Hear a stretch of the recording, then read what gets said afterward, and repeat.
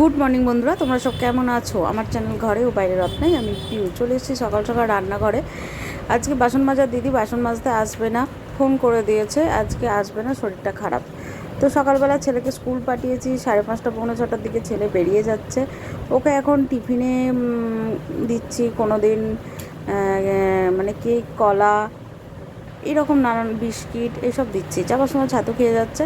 হালকার মধ্যে টিফিন 11:30, 11টায় ছুটি, 11:30 পৌনে 12টার মধ্যে চলে আসে।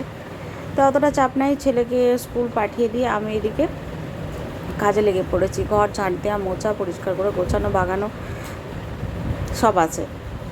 ওদিকে রান্নার আজকে বাসনও সমস্ত কিছু জড়ো হয়ে আছে। দিদি আসবে না বলেছে মানে সবই আমাকে আজকে করতে হবে। শরীরটা ভালো নেই, তাও করছি, করতে তো হবেই।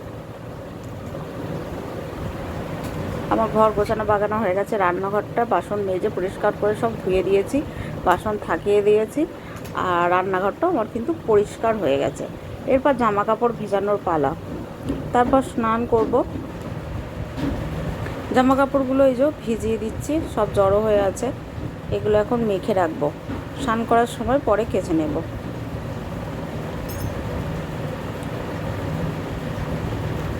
আর এখন তো ট্যাঙ্কির জল গরম হয়ে যাচ্ছে। সকালবেলা তাড়াতাড়ি করে স্নান করে নিতে হচ্ছে। দুপুরের পর একদম গায়ে জল ঠেকানো যাচ্ছে না, এত গরম হয়ে যাচ্ছে। মোটামুটি কাজ আমার কমপ্লিট হয়েছে, এগুলো মাখিয়ে দিলাম।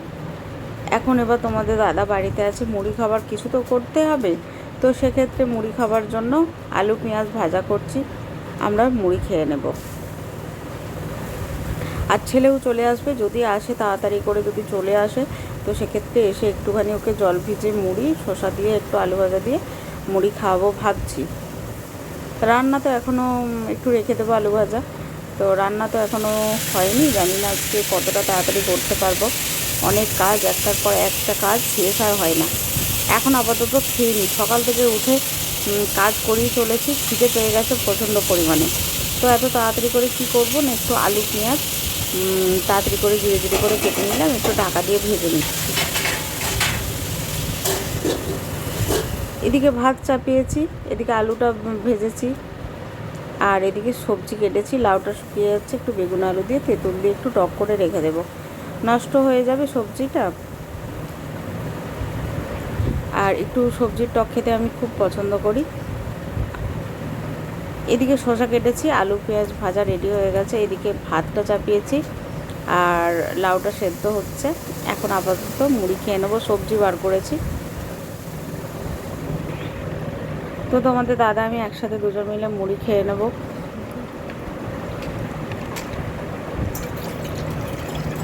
ঠান্ডা জল মিক্সড করছি, এখন তো জল মিক্সড না করে যেন খেতে পারছি না, এরকম হয়ে গেছে। সারাদিন শুধু মনে হচ্ছে না জল খাই, খাবার তো খেতে ইচ্ছা করছে না। যাই হোক, অনেকটা সকাল থেকে কাজ করে চলেছি তো এবার প্রচণ্ড পরিমাণে খিদে পেয়ে গেছে।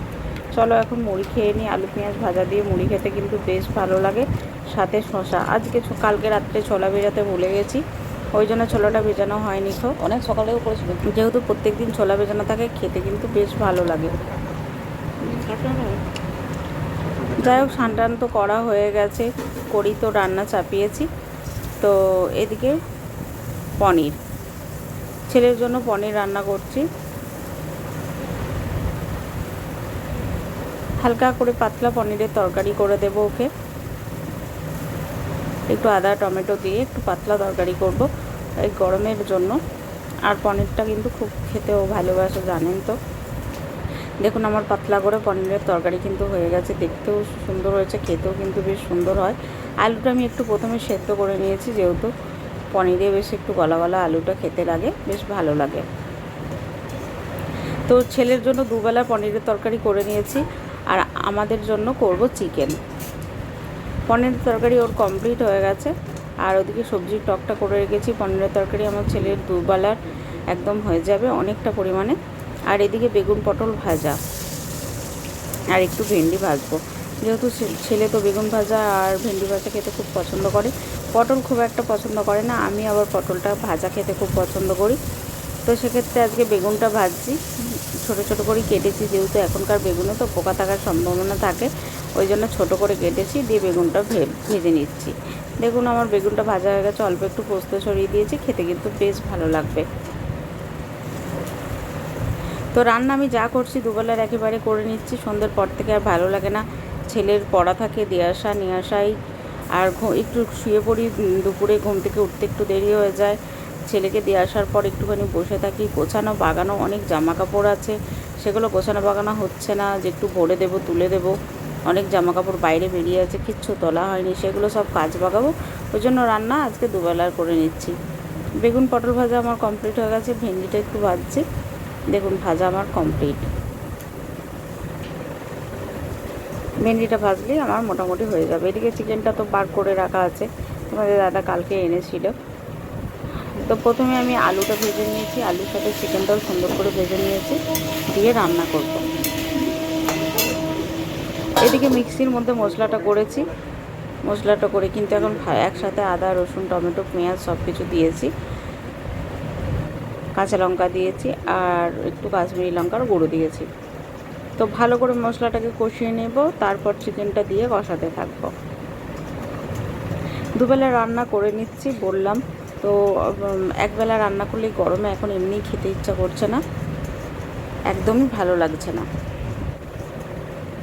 খাবার সারাক্ষণ মনে হচ্ছে যেন ঠান্ডা জল ঠান্ডা কিছু খাবার খাই এরকম মনে হচ্ছে। তো দেখো আমার মাংসটা আমি কিন্তু এখন ভালো করে কষিয়ে নিচ্ছি, এরপর পাশের ওভেনে আমি একটু গরম জল বসিয়েছি, দিয়ে কিন্তু ফুটতে থাকবে।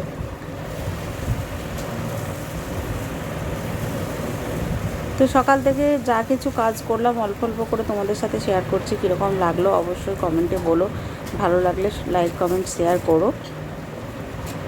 ভিডিও একদমই বেশি বড় করছি না, বড় করলে তো অনেকেই দেখতে চাইছে না, ছোটোর মধ্যে ভিডিও রাখছি যতটা সম্ভব, যতটা পারছি। তো তোমরা কিন্তু সাথে থেকো, আমি আছি তোমাদের সাথে। এদিকে দেখো চিকেনটা আমার মোটামুটি হয়ে গেছে, চন্দ্রমুখী আলুগুলো গলে গেছে, আমি জানিই না যে চন্দ্রমুখী আলু, বুঝতে পারিনি। তো মাংসটা পরে যখন ঢাকা দিয়ে দেখছি একদম আলুগুলো পুরো ফেটে গেছে, বোঝাই যাচ্ছে এটা চন্দ্রমুখী আলু। যাই হোক, রান্না মাংস ওদিকে চাপিয়ে দিয়েছি, এদিকে আমার বেটোরামকে খেতে দিচ্ছি। বেগুন ভাজা ও সকালে একটু আলু ভাজা ওর জন্য রেখেছিলাম, ভেন্ডি ভাজা পটল ভাজা বেগুন ভাজা আর সাথে পনিরের তরকারি। ব্যাস আমার বেটা বক বক বক বক খুশি। তো তোমরাও কে কে পনির খেতে ভালোবাসো আমাকে একটু কমেন্টে জানিও।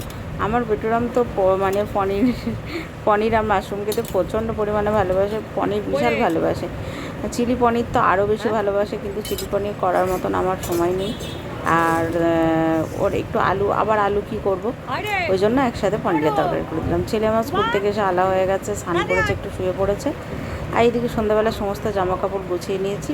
তো আজকের মতন এখানেই টাটা, গুড নাইট, তোমরা সবাই ভালো থেকো সুস্থ থেকো।